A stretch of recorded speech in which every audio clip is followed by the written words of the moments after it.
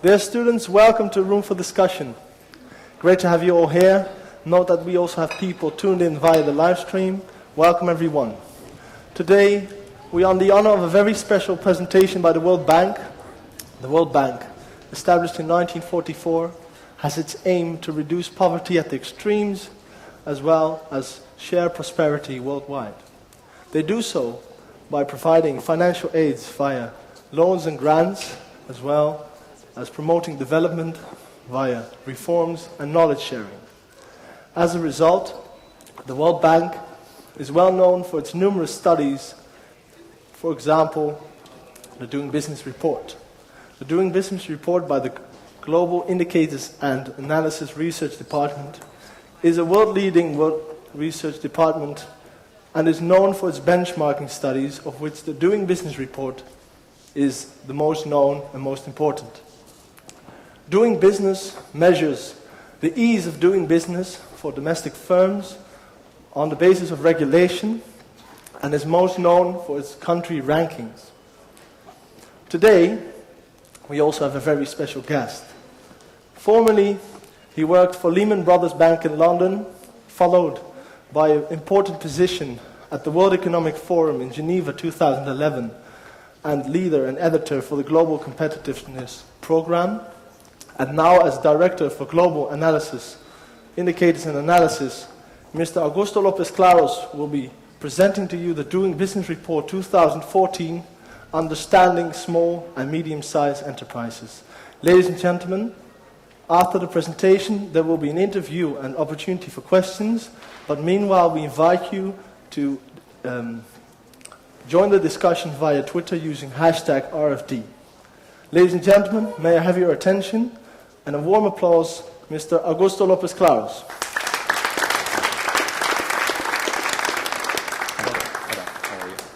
Do you want me to speak standing up? Yes, please. Yes, and then we sit down. Yeah.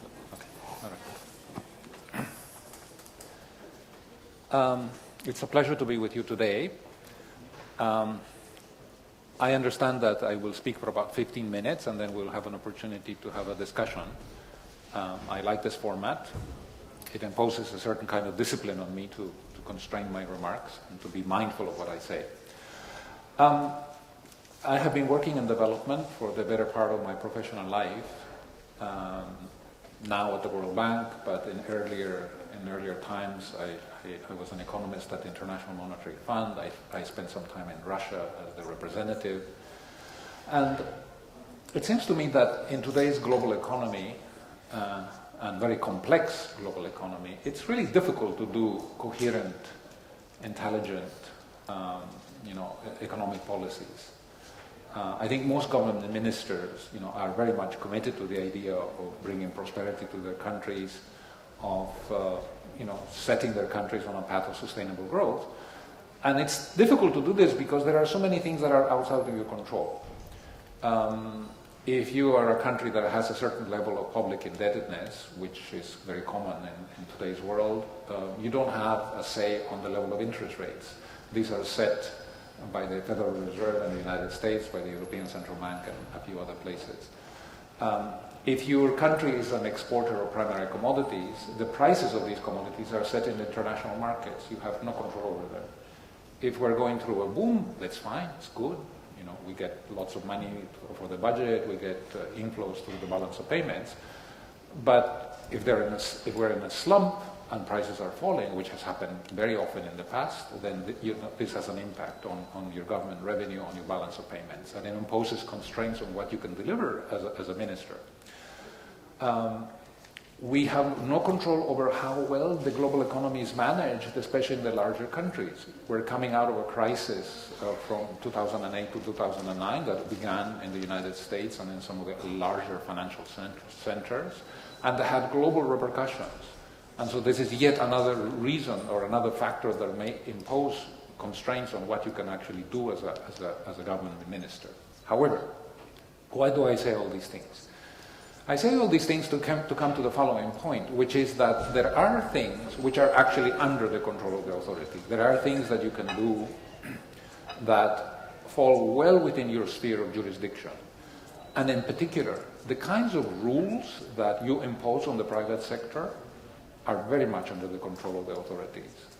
Whether these rules are sensible or intelligent, or whether there are huge levels of bureaucracy and red tape, and you make life for the business community difficult, is very much under the control of the government. What we capture in the Doing Business project is basically a number of indicators. I'm sure you can't read it from where you're sitting, so I won't rely too much on the PowerPoint, except at one moment in a few minutes. But we have developed over the years a number of indicators that capture different dimensions of the life cycle of a typical small and medium-sized enterprise. How long does it take to get a business started? How many procedures? What is the cost? What do you have to do to register property? What do you have to do to enforce a contract? What is involved in trading across borders internationally? What are the burdens associated with complying with your tax obligations? Is it easy? Is it fast? Does it take forever? Is it so complicated that you have incentives to go underground and to become part of the informal economy, or to work out some side deals with the tax authorities, because if you have to pay all the taxes, you would go out of business, and so on. So we have these 11 indicators that capture different dimensions of the business environment, and what we do is we quantify these indicators, and then we rank countries. And one of the things I want to show you that I find very, very encouraging with what's happening with the data is the following. I'm going to skip. The Doing Business report covers 189 countries, and what we did is we split the countries in two groups. We picked the 44 countries where it is most difficult to do business. We call them the worst quartile. These are countries where the procedures are very costly, they're very complex, where the institutions are very weak, where if you're an entrepreneur, you're like a hero, really, because, it is just so difficult to do business. The government tends to be either very incompetent or very hostile, to the private sector. Venezuela might be a very good example of that, if you know what's happening in Venezuela. And so this is the worst quartile, and then what we do is we just all the other countries, 140 or so, we call them the best three quartiles.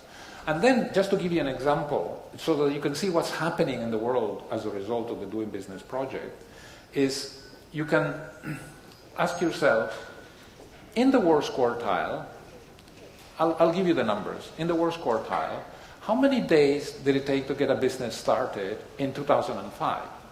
Now you just look for these 44 countries, you calculate the average, and it turns out it took 113 days to get a business started. Right? So from the moment you apply till the moment you get your license to get your business started, 113 days. In the best three quartiles, it took 29 days. So there was a gap of 84 days, which is the distance between these 2 points, between these two groups of countries. Now, look what has happened by 2013. By 2013, in the worst quartile, it takes 49 days. In the best three quartiles, it takes 16 days. So the gap has narrowed to 33 days. So from 84 down to 33. Now you could say, well, 33 is still big. 49 days is still a very long time to get a business started, and that's true. But what matters is the direction of change. And what is happening is that there is a degree of convergence taking place, which is very, very encouraging for us at the World Bank. And that's just one example. I won't give you others, but this is registering property, I have paying taxes, I have other measures that we capture. Everywhere that you see convergence across the board. Now, why is this important? It is important because the World Bank is an organization that is very much about convergence. We want citizens in African countries eventually to have the opportunities and to have the degree of welfare and well-being of their brothers and sisters in Sweden and in the Netherlands and in New Zealand and in other high-performing countries. It will take a long time. It takes many more things than just business regulation. But certainly, it is nice to see that, at least in those areas that we cover in the Doing Business project, you see this degree of convergence. Let me show you another graph that that captures this aspect of convergence also in a very nice way. I talked about convergence across the indicators, but you can also talk about convergence across regions of the world. This yellow line here at the top is what's happening to the OECD, which is the part of the world that has the least costly and the less complex procedures and the better institutions. It's the group among the 189 countries that we cover that has the best business environment conditions. And the fact that the line here is slightly sloping upwards basically means that business environment conditions have actually improved over the period 2005 to 2013. Now, what I really want you to focus your attention is on this red line, the red line that goes from left to right and that crosses, and that at the end, by 2013, is in second place. This is Central and Eastern Europe. These are countries that have converged at the fastest pace, with respect to the best performing OECD region. And one question is, why is this happening? What makes Central and Eastern Europe, this part of the world, so special in terms of the business environment and the investment climate? And what's happening here is a couple of things. You have countries like Poland, like the Czech Republic, like Latvia, Estonia, Lithuania, countries that became members of the European Union in 2004, that for the previous decade and a half had been very, very actively engaged in implementing very comprehensive structural and economic reforms. And what happened after 2004 is that they continued on that path of reform. Now the incentives are different. Before it was to enter the European Union. Now that they're inside the European Union, the incentives are that they want to compete with Sweden, they want to compete with Germany, because if they don't continue to improve the quality of the investment climate for the business community, they're going to be overwhelmed by the competition especially from some of the better performing countries within the established European Union. And so you have that happening, and then of course you have other smaller countries, especially in Southeast Europe, like Montenegro and Bosnia and Kosovo and Albania and several of these countries, about 8 or 10 of them, that are currently negotiating with the European Union to enter the Union at some point in the future. Croatia has already become a member. These countries are doing exactly what Poland and the Czech Republic and Hungary were doing a decade and a half. They are basically reforming their business environment, so that they can qualify for entry into the European Union. The reason I want to mention this is because there's kind of been a little bit of pessimism about the European Union in the last few years in many parts of Europe because of the crisis, because of the euro crisis in particular. And I just want to remind you that the European Union as an institutional mechanism has been a very, very powerful engine of convergence in the world. It has allowed countries that were at much lower levels of income per capita to catch up with their richer neighbors, in a relatively short period of time. And this is highly significant. It's highly significant. I wanted to mention this just because the data from doing business actually bears out this in a very compelling way. Okay. As you can imagine, this is a very complex process, a project. The Doing Business report has 341 pages, as I recall. So I could speak for a long time, but I understand that part of the format here is to have a discussion, to have a dialogue. And I'm looking at my watch. I think that my 15 minutes are up, so I will stop. And as we move into the discussion, there are many other things I can tell you which may be of interest.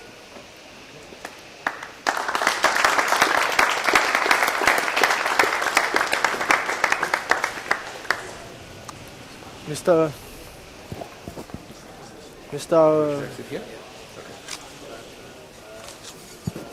Augusto.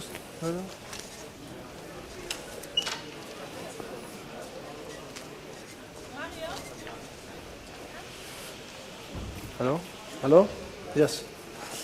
Thank you, Mr. Augusto Lopez Claros, for your speech. Interesting results, interesting convergence. We will continue with an interview, and we would also like to invite you all to ask questions via the microphone. please stand up at the microphone and we will come to you during the interview. This is Yannick Dejean, my name is Donald Krijken. Please enjoy. Well, thank you for being here, Mr. Lopez Claros. You picked the right day to come here. It's one of the heaviest storm of the year. But still, what is your intended purpose to come to the Netherlands? Is there a special reason to visit our country today? Yeah, you know that when we launch the Doing Business report at the end of October, in the next couple of months, I and several members of the Doing Business team are actually traveling in different parts of the world, making presentations. Some of these are sort of ongoing presentations that we have every year. For instance, in Geneva to the UN organizations, we go to Brussels to make a presentation to the Commission. I make a presentation at the European Bank for Reconstruction and Development in London, and so on. And one of the things that we have done over the years is to come to the Ministry of Foreign Affairs in The Hague, where they bring together officials from a number of the government departments and ministries, for a presentation of the results. So my primary reason for being in the Netherlands is that this morning I made a presentation at the Ministry of Foreign Affairs. Okay. And do you come with an intended purpose based on the Doing Business report? Are you here to stress the implications from the Doing Business report for this country or for this reason? That countries like the Netherlands, like the United Kingdom, some of the larger industrial countries have a keen interest in the development activities of the World Bank. Very often they fund some of the or contribute financially to some of the development programs that we have. And Doing Business has and related projects, have been an important recipient of support, from some of the larger donor countries. As you know, the Netherlands is a very prominent, very important, very generous donor, and so very often these governments want to know what's happening with the project, what's happening with the indicators, what changes are anticipated, and so some of these presentations are in response to some of these questions that come on an ongoing basis. So this is partly a gesture, but are you also coming to the Netherlands to stress reforms and regulation, for example? Less so, because Netherlands is a country that does well in doing business, typically. It's a member of the OECD, and as you can see, the OECD countries generally tend to do well. So the motivation for a visit that I would make, let's say, to a country in sub-Saharan Africa is different than that which would be, to a presentation in Geneva, right? In a country in sub-Saharan Africa, I will very much engage with the government, and we will talk about, business regulation reform and the kinds of things that they could do, to basically improve the investment climate. The debate is of a different nature, in the case of, industrial countries, especially with an important, that play an important role as donors.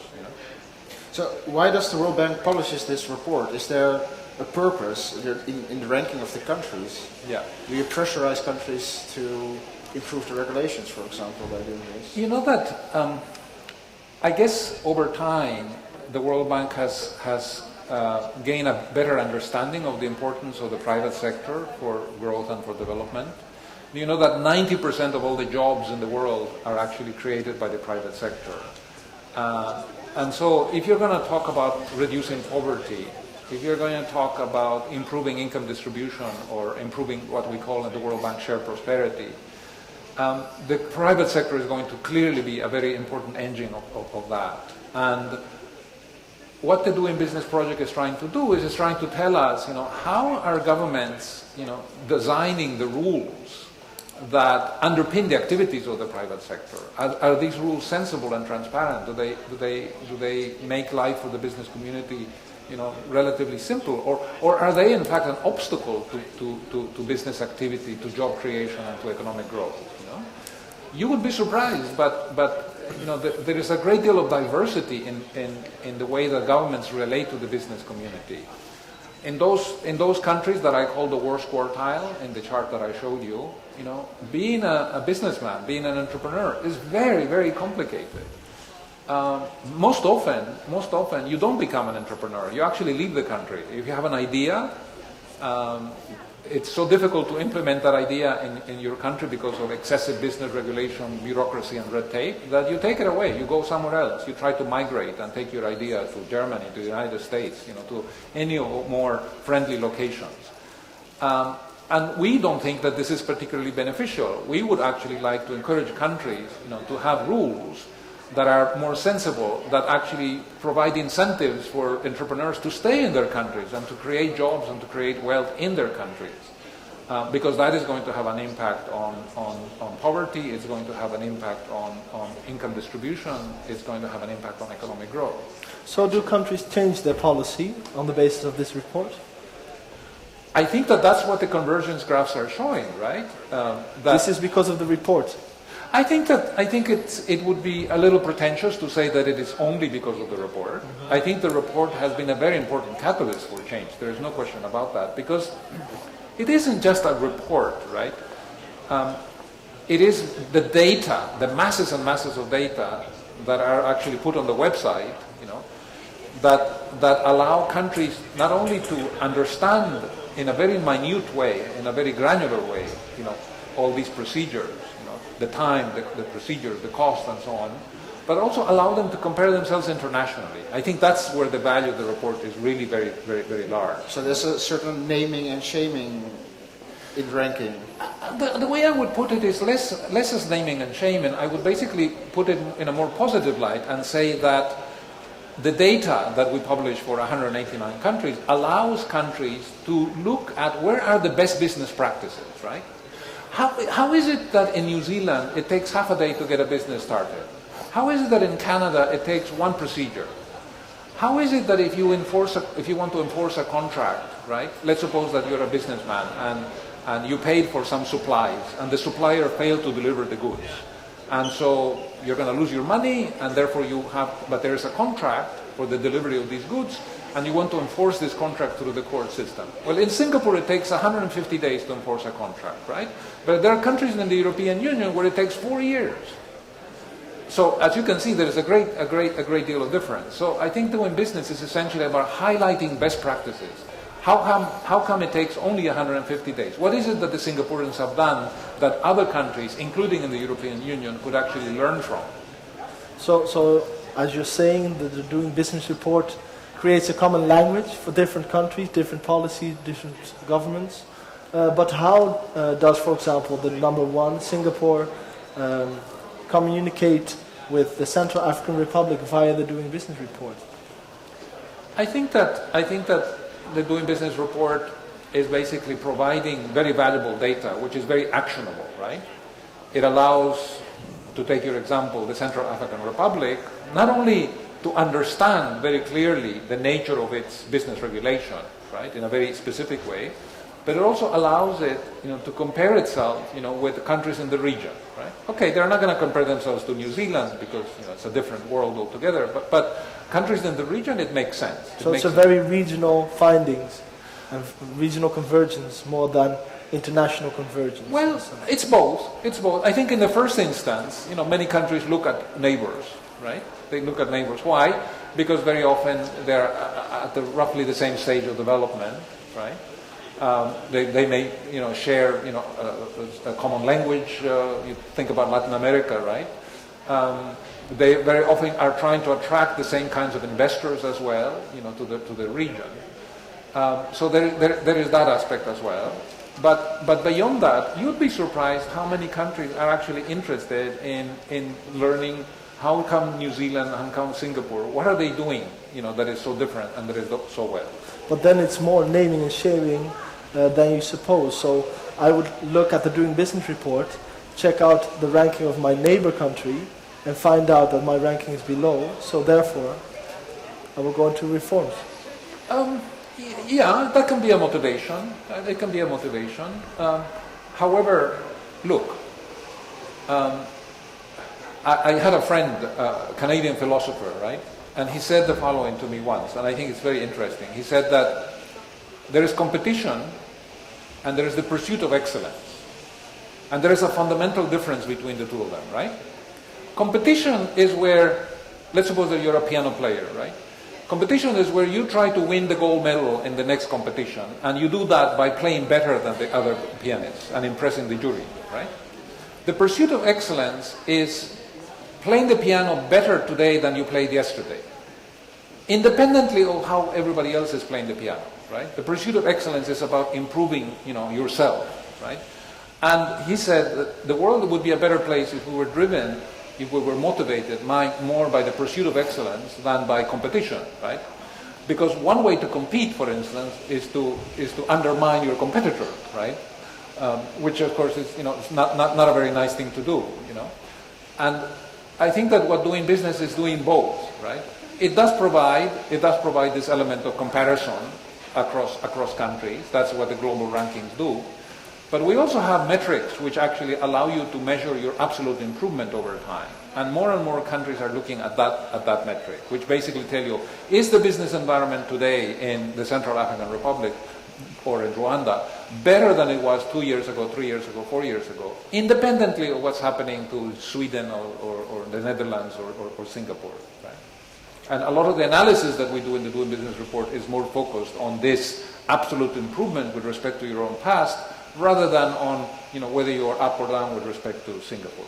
So when we look at improvements, which are the countries that improved most since last year in the rankings?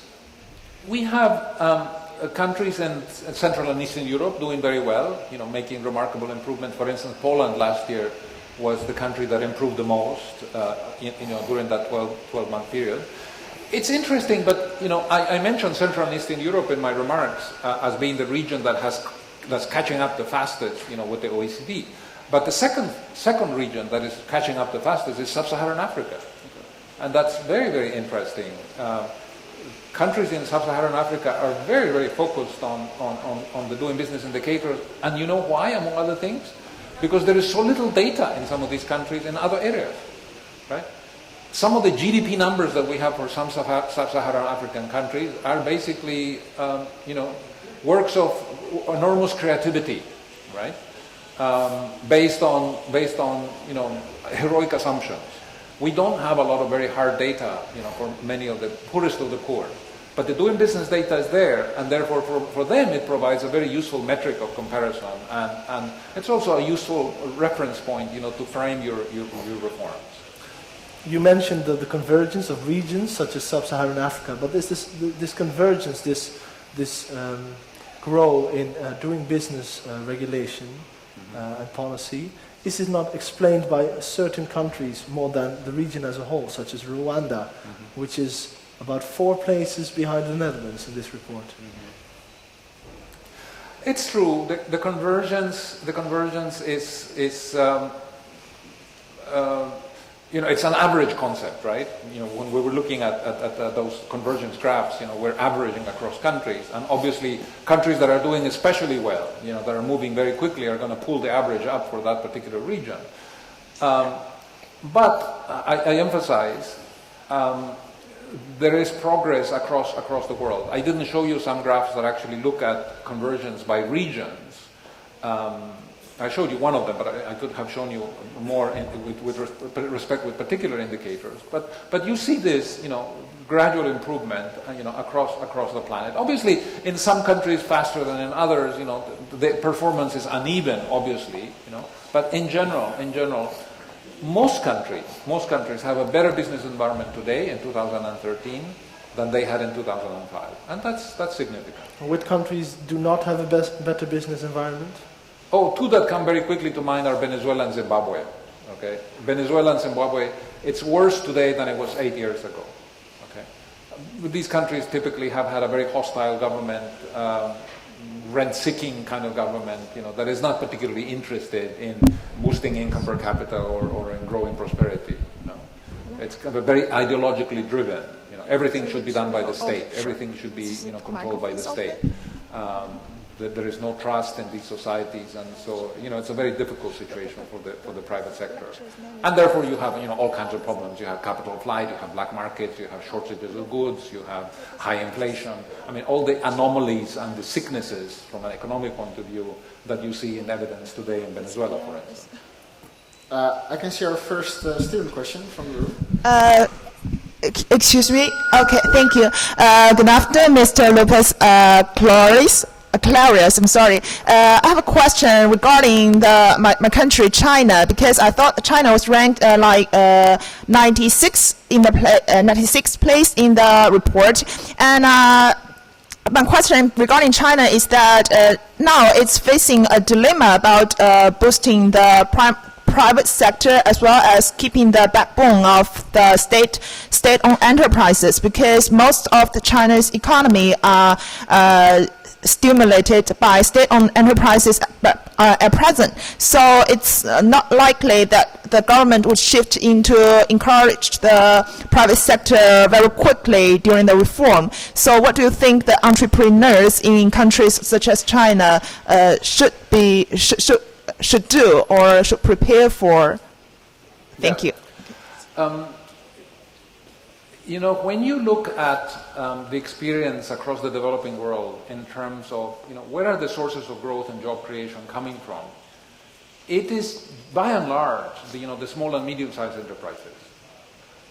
If you just look at various regions of the world with with some differences, the primary engines of economic growth and employment have always been the small and medium-sized companies. And it is true, China is coming out of a period, where you have had, these very large state-owned enterprises, being a central part of the economy. But if you want to establish a more sustainable basis for economic growth, you need to create a favorable, relatively friendly set of rules and investment climate for the smaller and medium-sized companies as well.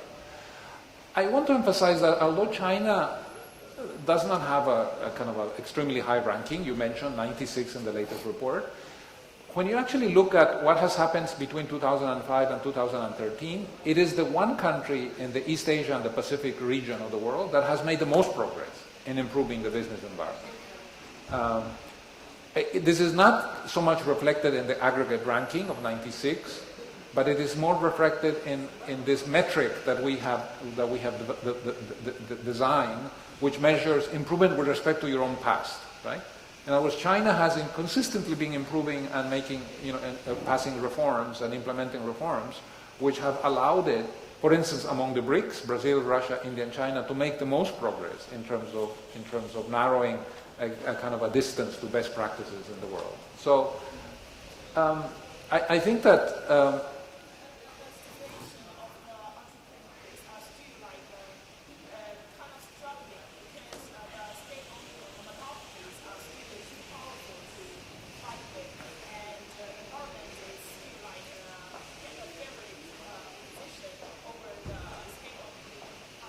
So the state-owned enterprises and government are still much more powerful than entrepreneurs in this position. True. But as you improve the quality of the rules that underpin the activities of the small and medium-sized enterprises, what you will see is a growth in this area as well, right? That has to be the primary motivation for improving the business environment for the smaller companies. Because, the large enterprises, they can sometimes be very inefficient, right? They are working under very often, and this is not just in Russia, but in China, but in other countries as well.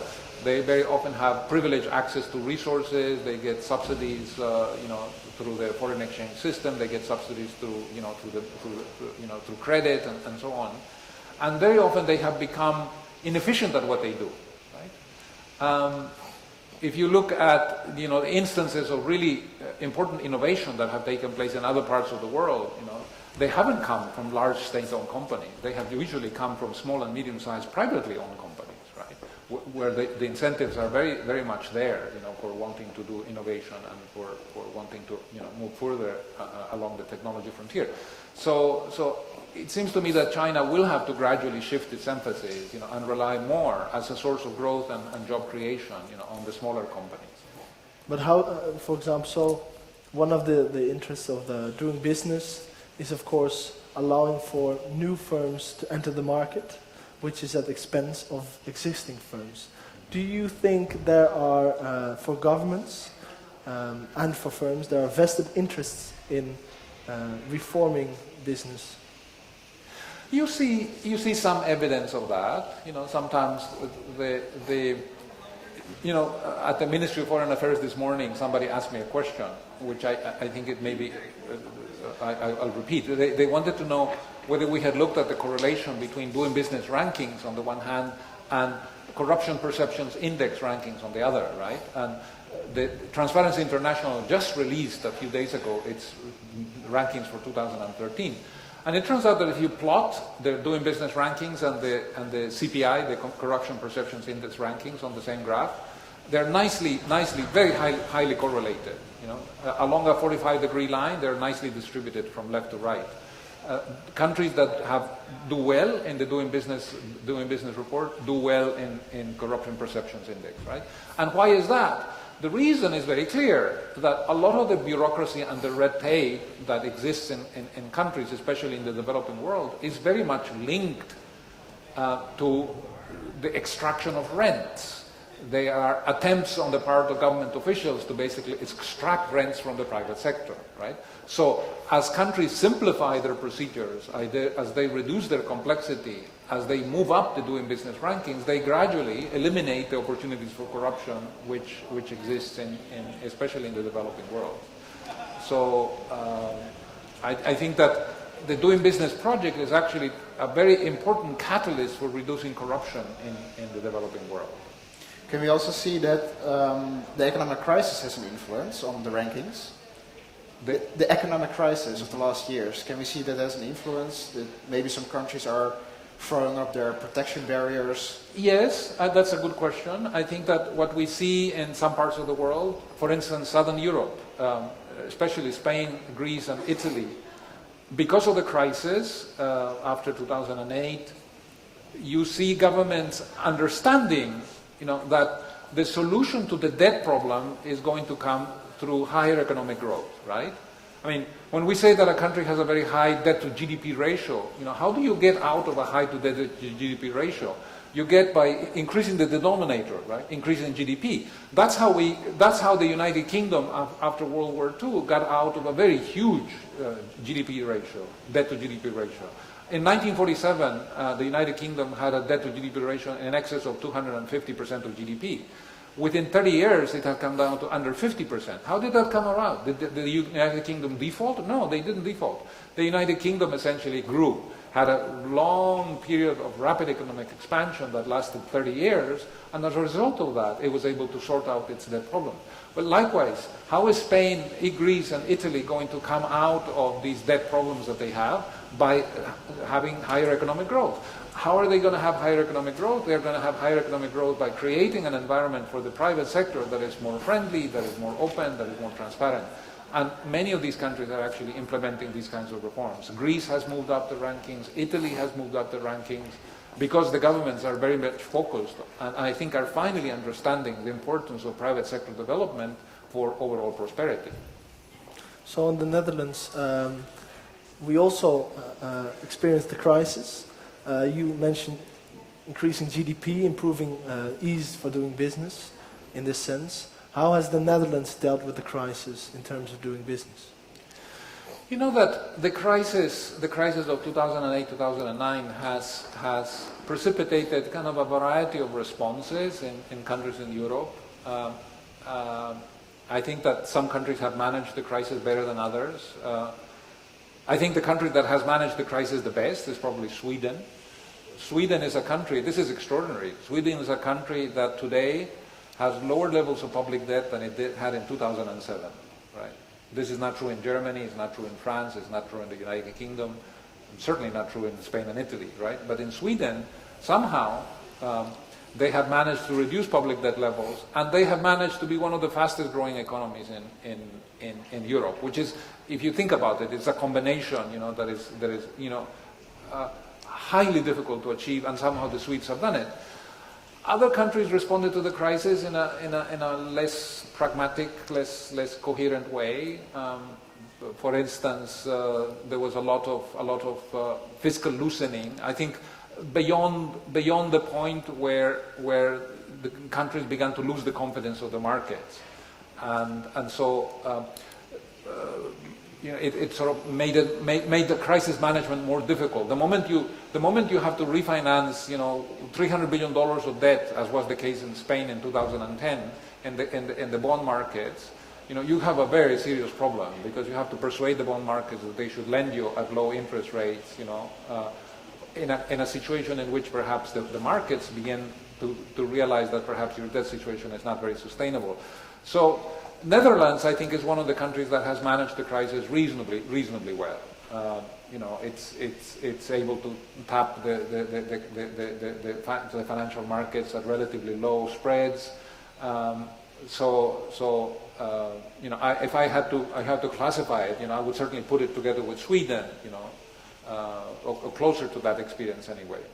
We have a question from the audience. Yes. Well, thank you. I thought your speech was very interesting. I want to go back to sub-Saharan Africa because it's not clear to me what are the fundamental changes that make that part of the world take off. You see that, and since this is also happening, quite rapidly. So what are the fundamental changes that make this part of the world take off? And also, why is it that this group of countries is now doing better on average? It's not just one country, but it seems to me that if a country takes off, then it's usually together with its neighbors that it's taking off. So maybe you could say a few words on that. Yeah, I think that there have been many factors that are at play. Many of the African countries are commodity exporters, and we have had a kind of a very long, favorable cycle for commodities. This has helped even countries that are not very well run. Argentina is a very good example. Argentina has not been run very well in terms of macro policies, and yet because they have had a very favorable commodity boom, they have generated enough revenues and enough exports, to be able to sustain an otherwise what would have been an unsustainable path. But coming back to Africa, I think a lot of the African countries have benefited from terms of trade gains, commodity boom, high prices for their exports. But beyond that, I think that there is also kind of a shift in the thinking in many of these countries. There is growing recognition of the importance of the private sector.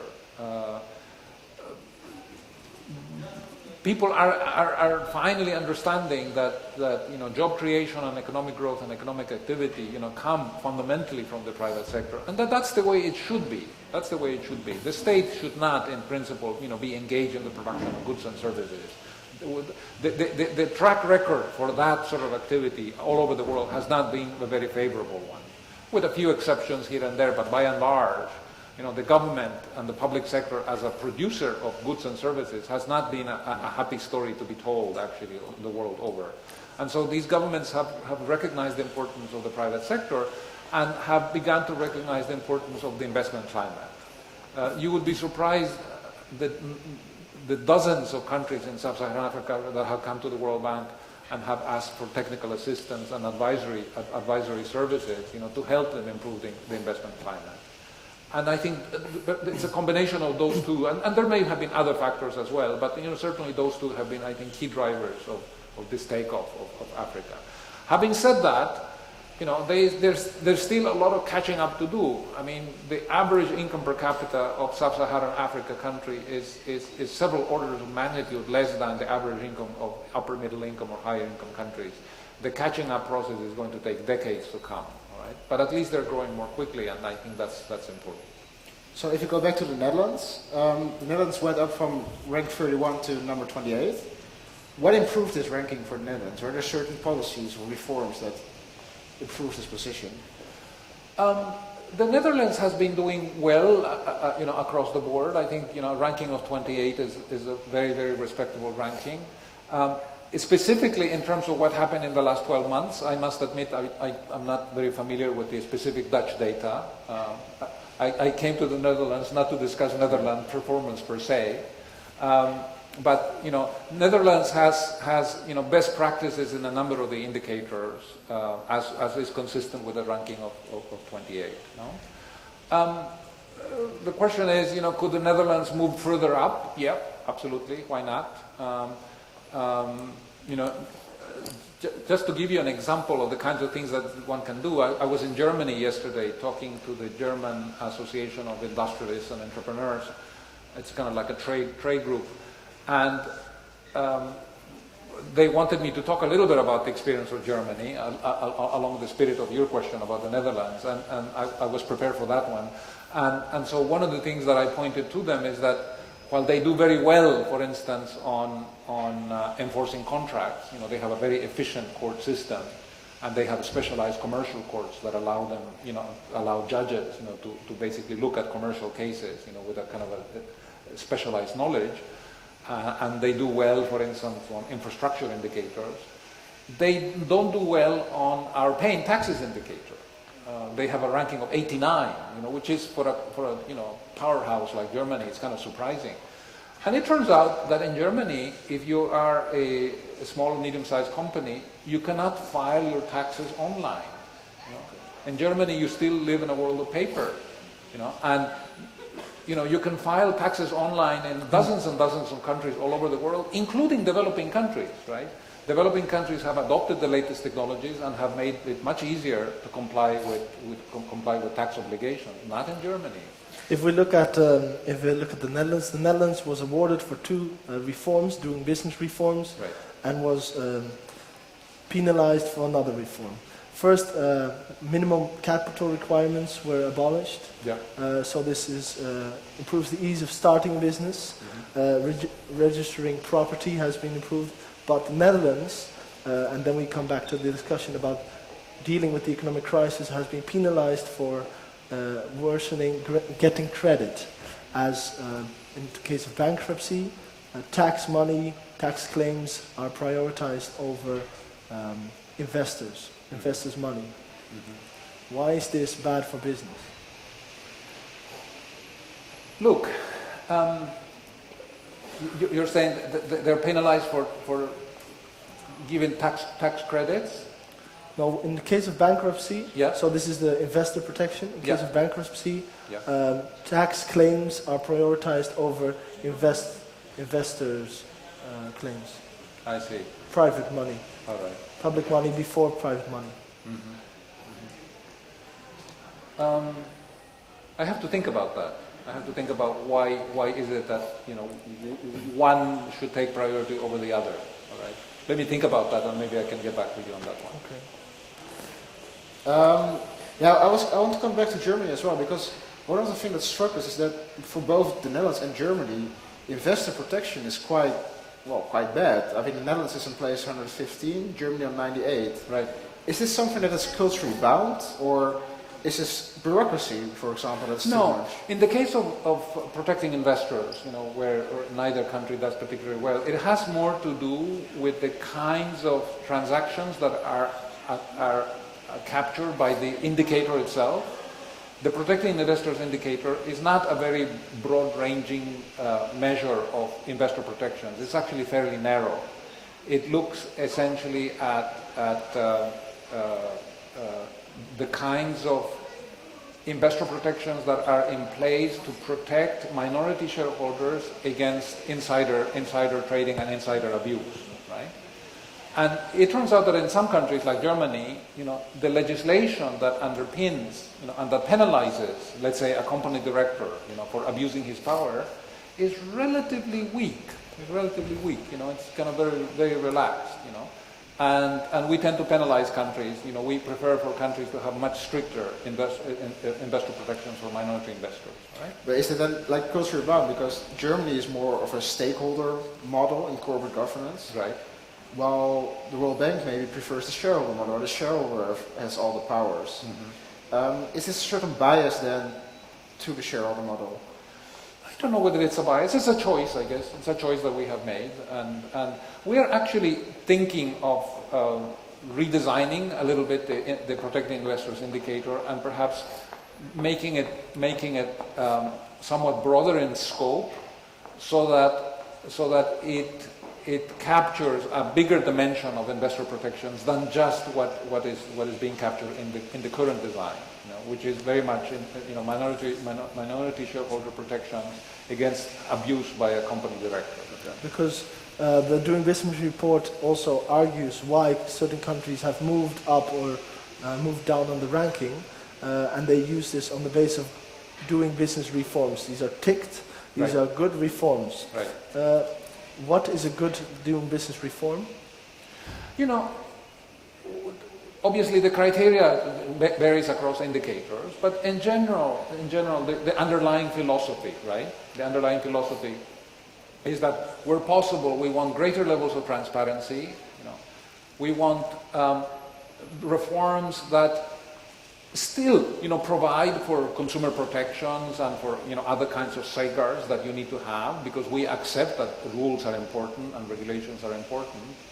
But we want to do it in a way, that is more efficient, less costly, that achieves a certain level of, social protection and social good, while at the same time doing it, with a minimum level of intervention and regulation, right? We see that countries more and more are doing this. That, for instance, they're trying to introduce risk-based regulations, right? So, for instance, if you're going to give a construction permit to build a skyrise of 30 stories, which is going to house 5,000 people, you want to have a much stricter level of compliance and much tougher requirements, for granting the construction permit than if you're going to build a small warehouse, right? But this does make doing business complexer, because based on the economics of your country, you have to go into different paperwork. You have to comply to different regulations. Yes. This is not in line with doing business. This is not simple. No. In doing business, we are perfectly happy with that. We are not going to penalize countries for having a level of regulation that is linked to the level of risk associated with the economic activity. You have to remember that doing business indicators are based on a particular case study, right? So, for instance, the indicator called getting a construction permit is based on building a small warehouse, in the largest business city with a particular set of characterizations. For this particular construction, we think that you don't need to have an excessively burdensome, permitting process, right? And if countries don't establish a differentiation according to the level of risk, yes, we're going to penalize them. We are going to penalize them if they have something that is unnecessarily cumbersome, right? But it doesn't mean that we would penalize them if for a skyrise of 30 stories, you have something that is much more complex. So why then is the Netherlands penalized for making it harder to get credit, whereas the crisis has shown that getting credit too easy can be very risky? Again, there is an issue of the definition of the getting credit indicator. If you go to the data notes in the report, getting credit is not access to funding in the financial system. No. It has to do with the kinds of institutional underpinnings that have to do with creditor protections, right? For instance, if you are a business entrepreneur, right? And do you have, for instance, access to or is there a credit bureau that has access to your, your reliability as a creditor, right?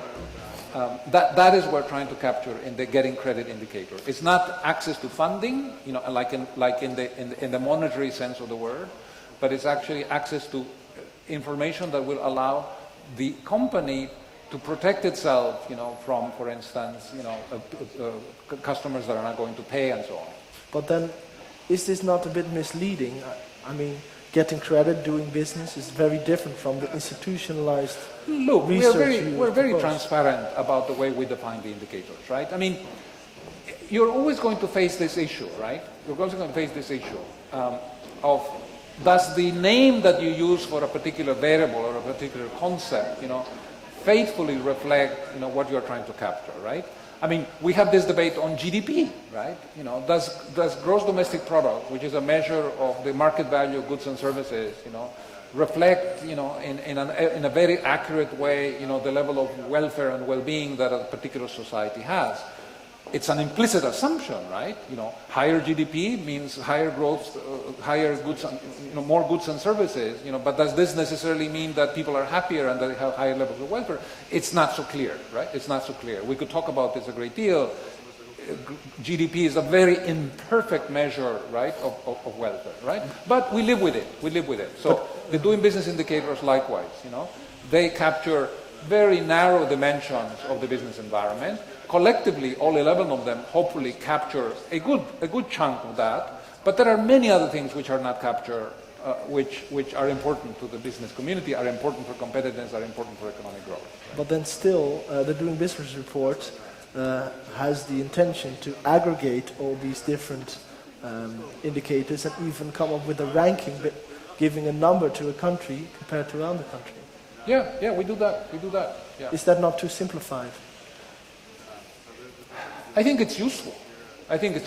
Right? It is an approximation, right? Look, the investment climate is a very complex concept, right? And what we're trying to do is, by proxies, which are the indicators, we're trying to get a sense of the quality of the investment climate in a country, a sense of the quality of the business environment, right? It is by nature and by definition an imperfect exercise. There's no question about it, right? There's no question about it. But it's still delivering very, very actionable data, and it's still precipitating huge change in countries across the world. Literally thousands and thousands of reforms implemented over the last decade. That's important. I want to go back to the access to credit. It's not in the report. You said it before. The real access to credit for firms. Right. In the Netherlands, the current debate, and all over Europe, is to raise capital requirements for banks. Mm-hmm. But in Europe, the whole banking system is already kind of broken because firms cannot get any money from banks via loans. Our current minister, Jeroen Dijsselbloem, wants to raise his capital requirements even higher, but that cannot be a good reform from the eyes of the World Bank, I guess, right? The Doing Business report does not look at sort of banking sector issues in that sense, right? What's your opinion about you that? as a former banker, do you have an opinion about this? The indicators capture the optic from the perspective of the business community, right? What do they have to do to comply with regulations, right? The issue of the capital adequacy of the banking system, that's a macro issue. It's a macro/monetary issue. It's important, it's relevant, but it's outside the area of jurisdiction of the Doing Business project. Right? Okay, but from your as an economist, what do you think about this raising of the capital requirements? What's your opinion on that? There are trade-offs involved, right? On the one hand, you want a solid banking system that is going to be able to sustain shocks to the global economy next time around, right? Because we don't want to have to bail out banks in the middle of a crisis because they can't meet their obligations, because they can't meet their debt payments and so on, which is what we ended up doing, right? After the crisis of 2008 and 2009, at great cost to the public, right? Why is it that public debt in a lot of the large industrial countries has more than doubled in relation to GDP? It's because of the bailout of a lot of the financial system, right? And why did we have to bail them out? Because they did not have enough capital, right, to meet their obligations, right? So you want to have a banking system that is strong, that is solid, that is not going to put a burden on future generations, to increases in public indebtedness, which everybody has to pay for, right? On the other hand, you have the argument of the banks, which basically say, but we're in the middle of a slump. We'd like to give more credit, and we'd like to have greater freedom, right? And there is a trade-off, right? I mean, it's neither one or the other. It's not that one is good and the other one is bad. Both are good. Well, which one is your preference then? Look, I think that we're going to pay a very heavy price in the future for the last crisis of 2008, 2009, right? Because it isn't just that the crisis is gone, that economic activity is coming back. No. I mean, we have basically entered a new world of much higher levels of public indebtedness, right? Take the case of Spain. Spain in 2007, 37% of GDP. Spain today, close to 100% of GDP, right? Moving forward for the next 10 years, for the Spanish business community, for citizens and so on, it's a different sort of world, right? They have a very heavy burden of debt to carry forward, right? And why? Well, because of the inadequacies, the inadequate ways in which they faced the crisis in 2008, 2009. So my own sense is that we want to have a very solid banking system. We want to have adequate levels of capital. We want to basically prevent the public from being saddled with debts that are going to be even higher the next time that we have a crisis. So the World Bank has actually also extended its goal to sharing prosperity, right? Next to reducing poverty. How do you think the World Bank can contribute to sharing prosperity if we have to pay the price of the crisis? Look, shared prosperity is essentially about improving income distribution, right? And let me give you one way in which we collectively as an international community could go a long way towards increasing shared prosperity. Last year, the IMF did a study on subsidization of energy, right? Gasoline, electricity, coal, and so on.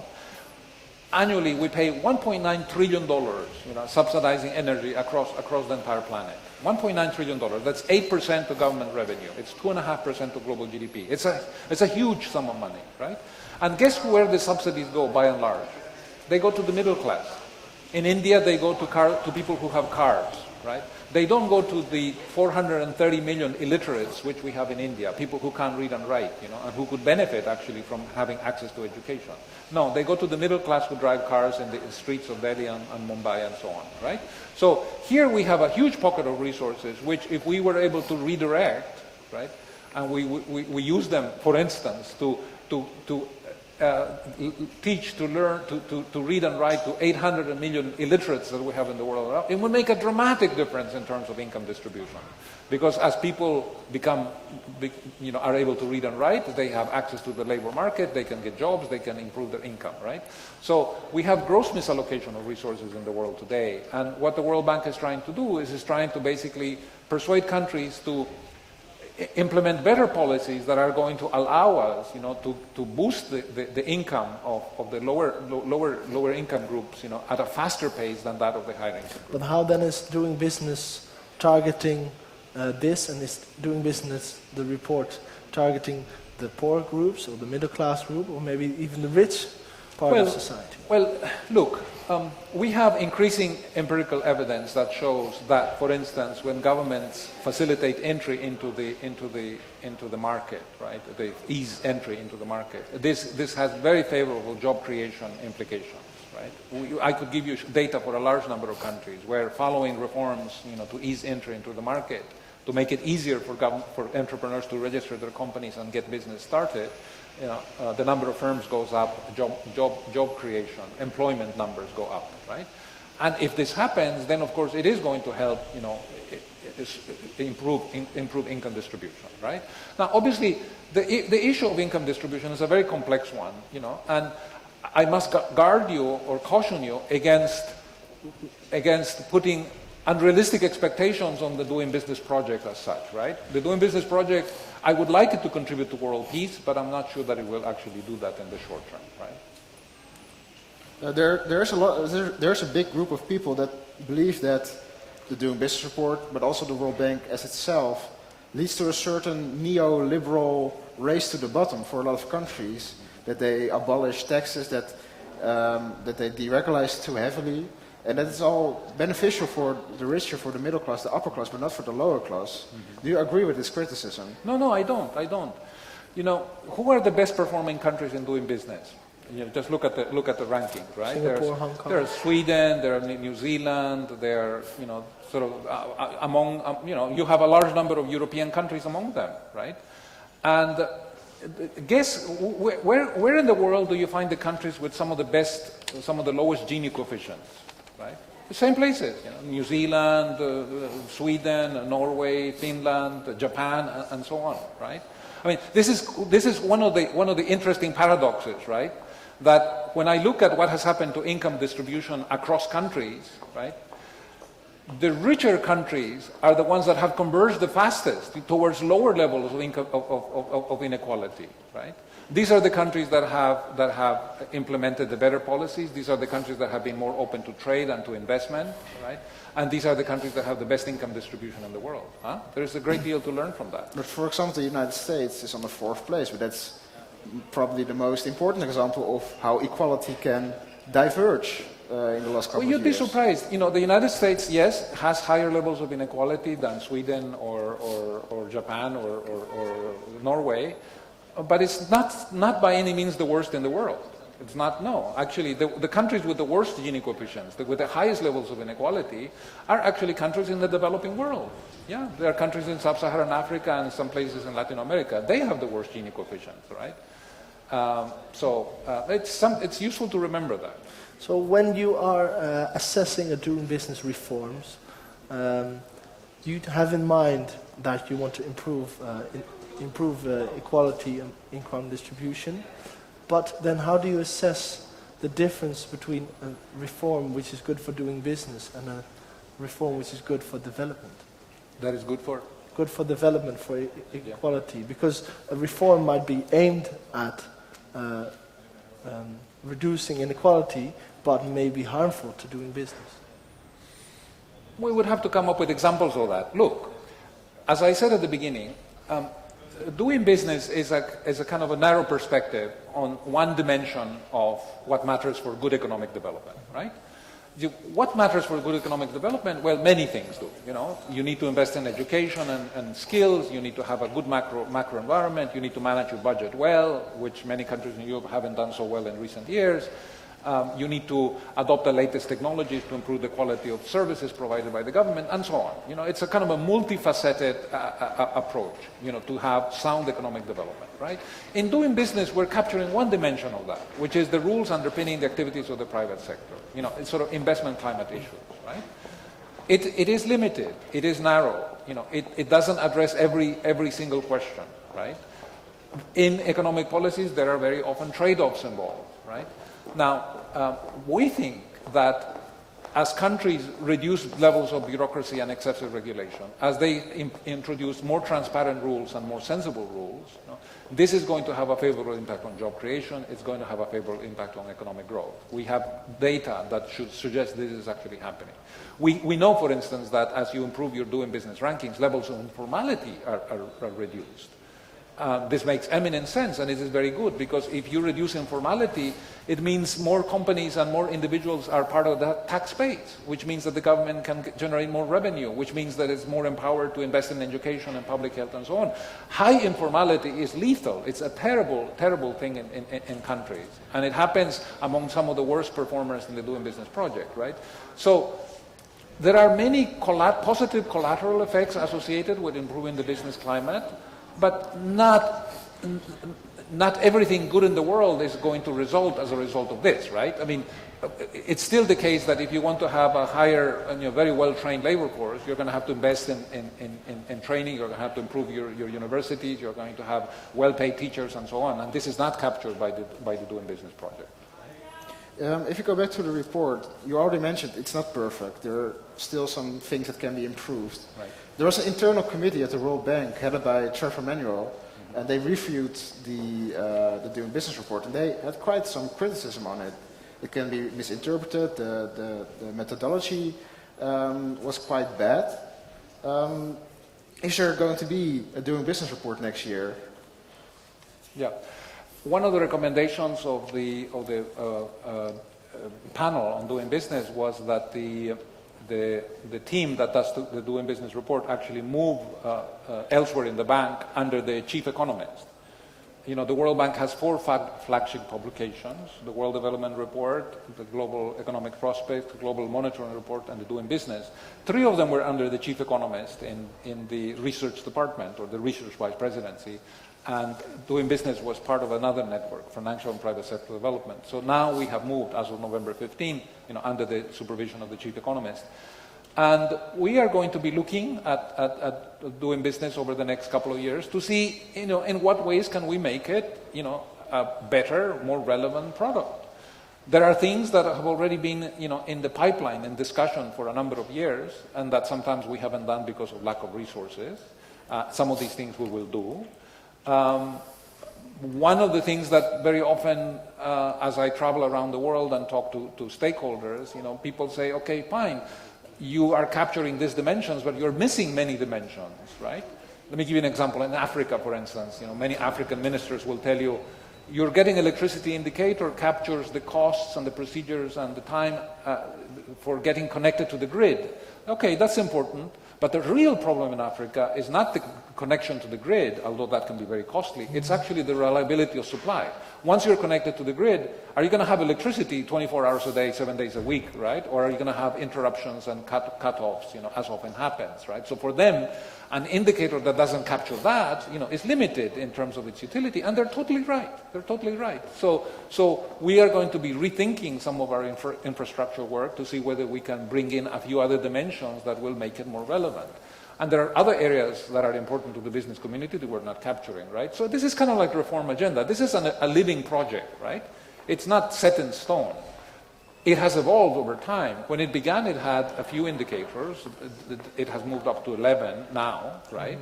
Mm-hmm. Could we have 12, 13, 14? Why not, right?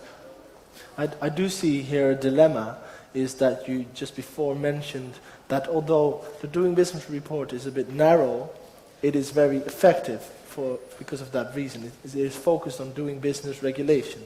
So in the future of the Doing Business report, should the Doing Business report try to implement all kinds of variables, all kinds of factors, or should it stay to its more specific I think the latter. nature? I think it should stay to its primary reason for being, which is basically the perspective of the business community on business regulation, right? But I think it can do that while still bringing in a few other dimensions of the investment climate which are not being captured at the moment. And how will you remain unbiased, using a good methodology, whereas the complexity is increasing and increasing? How can you still turn 20 variables into one ranking? Look, we at the World Bank we do enterprise surveys, right? Which is a survey of the business community in a large number of countries. It's a very powerful tool where we try to understand what matters to the business community. What are the bottlenecks? What are the obstacles that they face in these countries, as they try to create jobs and to produce goods and services? And there are dimensions that come from the answers that they provide to these surveys, which are presently not being captured in doing business. So I think it is possible. There's nothing magic with 11 indicators, right? I mean, I could mention right off, 2 or 3 areas which are currently not part of the Doing Business project, which are important to the business community, all right? So why not, design indicators that would try to bring in some of these dimensions and still remain true to its business focus, right? The perspective of the business community. You can do that. There's no inherent contradiction. Okay, I'm seeing that we're almost out of time. I just have one question for you. You work at the World Bank, which has the great goal of reducing poverty. What can you advise to these students here in the room to make this a better world and reduce poverty? What is your advice to them in their future careers to do? Look, one of the things that gets me excited about working for an international institution is that I think at the moment, we have a number of global problems, whether we talk about climate change, whether we talk about poverty, income distribution, nuclear proliferation, and so on. There's a dozen of global problems that we face today, which cannot be solved outside of mechanisms of international cooperation. Global warming is not going to be solved by the heroic actions of a particular country, no matter how big. Global warming is something, and climate change is something that will require concerted international action. And I think that organizations like the World Bank, like the IMF, like the World Trade Organization, and others, are organizations that are going to become increasingly important as we move into the future. As we try to find solutions to these global problems, we're either going to have to strengthen these multilateral organizations, or who knows, we may have to create new ones. Right?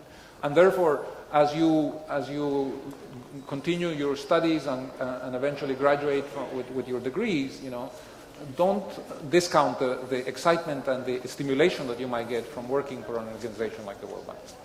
Okay. Before the audience is going to give you a warm applause, I want to mention to the audience that coming Thursday we'll have a next interview This time with Barbara Baarsma and Alexander Gunnar-Kahn. It will be about the knowledge economy. It will be in Dutch, however. Tuesday. Yeah, I said that right? Tuesday, the 10th of December. Okay. And then we're going to take a Christmas break. But then after that, we're going to return on the 9th of January with Alvin Roth. And last year, he won the Nobel Prize for Economics. So it's going to be really, really interesting. But for now, a warm welcome for Mr. Augusto Lopez Claros. Okay. Thank you.